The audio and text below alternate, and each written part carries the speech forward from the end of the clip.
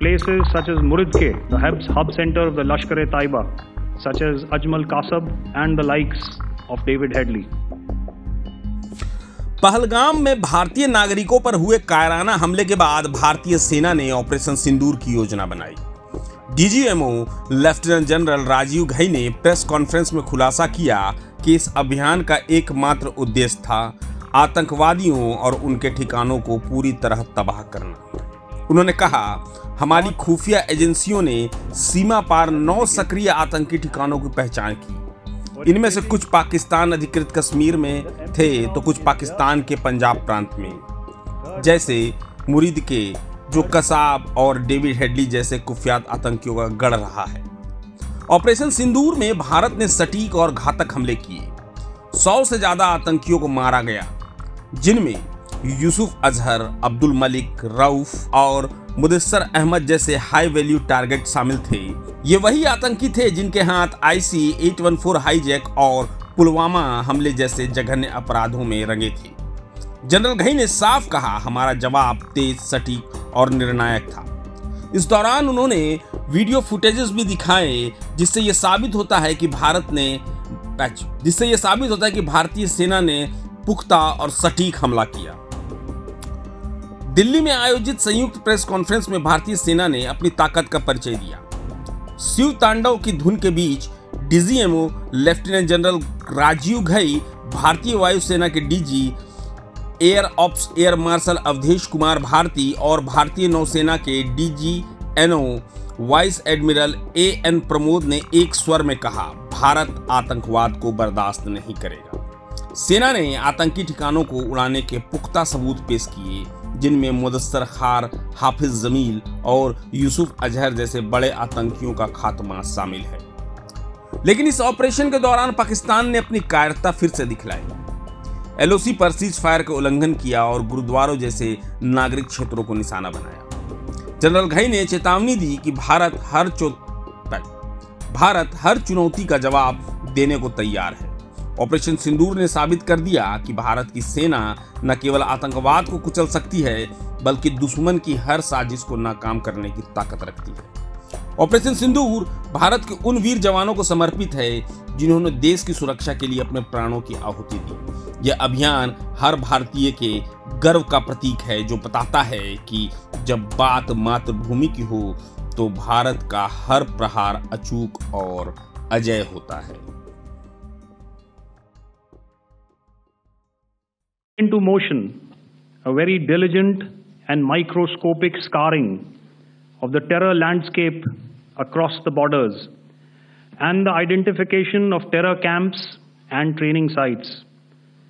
The locations that emerged were numerous, but as we deliberated more, we realized that some of these terror hubs were now bereft of any presence and had preemptively been vacated, fearing retribution from us.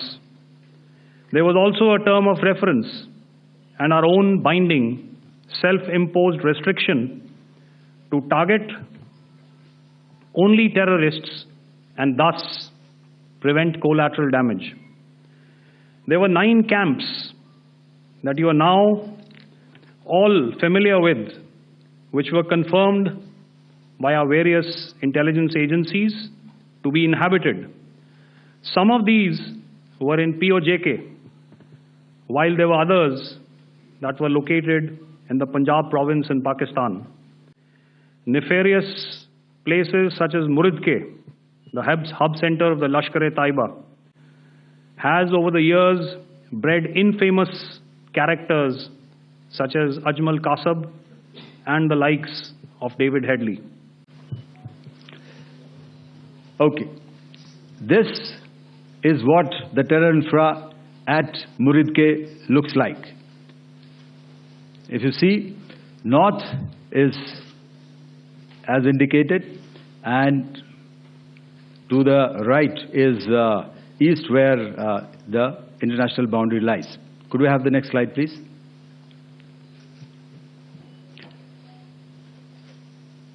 Orientating.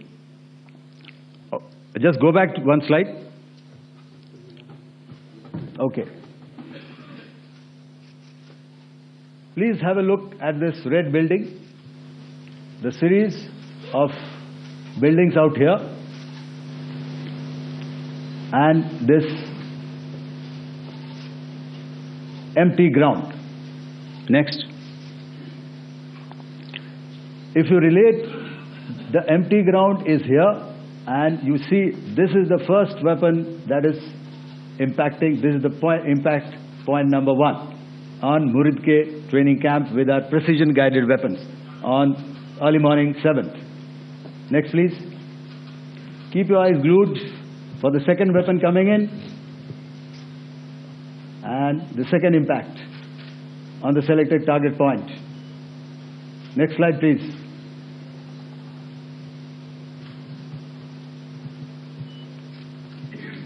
Third weapon, third impact.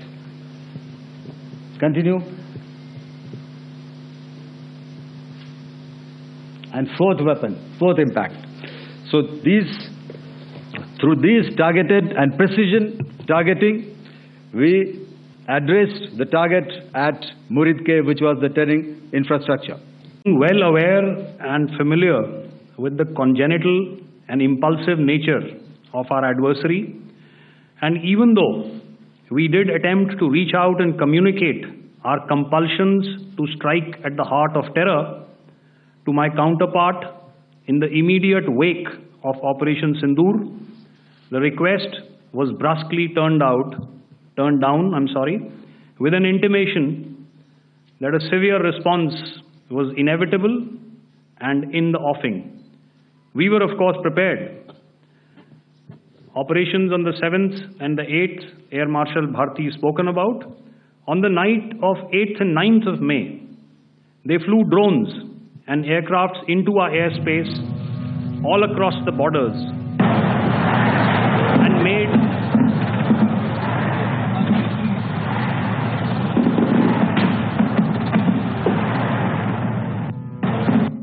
and made largely unsuccessful attempts to target numerous military infrastructure. Violations on the line of control by Pakistan also commenced yet again and precipitated into fierce RT engagements. The air operations on the night of 8th and 9th of May, I'll yet again request the DG Air Operations to cover, to deduce and identify the exact vector that was required for their neutralization, as also the eyes in the sky that we would send up to ensure that we brought back evidence that we had indeed targeted what we set out to. The precise images of these engagements on that fateful and historical night have already been showcased during the first press statement on the 7th of May that was helmed by our Foreign Secretary.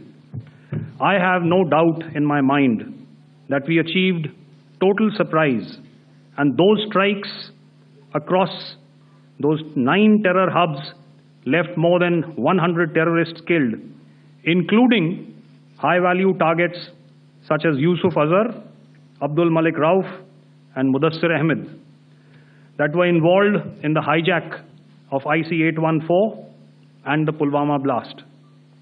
The line of control was also violated soon after by Pakistan, and the erratic and rattled response of our enemy was apparent from the number of civilians, inhabited villages, and religious sites such as Gurudwaras that were unfortunately hit by them, leading to a sad loss of lives. The Indian Air Force played a major part in these strikes by engaging some of these camps, and the Indian Navy provided wherewithal in terms of precision munitions. The Indian Air Force obviously had their assets up in the sky, and I will here request Air Marshal Bharti, the Director General of Air Operations, to detail for you the methodology that on land we also undertook certain measures such as deployment of air defense and electronic warfare assets to establish an integrated grid with the Indian Air Force and I have seen and heard some of you wax eloquent about the benefits of such an architecture when it comes to negating and combating air intrusions. We also carried out deployment to include movement of our forces in the land, sea, and air domains. The night of the 9th and the 10th of May saw similar intrusions by drones and aircrafts, and this time there was a concerted effort to target airfields and some very, very important logistic installations, albeit yet again unsuccessful and denied gallantly and efficiently, I must say, by the integrated Indian Air Force and Indian Army Air Defense. We further strengthened our deployment and also initiated some pressure points to send a very clear and unambiguous message to the other side to desist from any misadventures on land. Some of the airfields and dumps saw repeated attacks in waves from the air. All were thwarted. The Pakistan Army has reported to have lost approximately 35 to 40 personnel in artillery and small arms firing on the line of control between the 7th and the 10th of May. What the other side had probably also not reckoned with was the speedy and precise turnaround and hit back. प्रभात खबर.com, विश्वास वही, रफ्तार नहीं।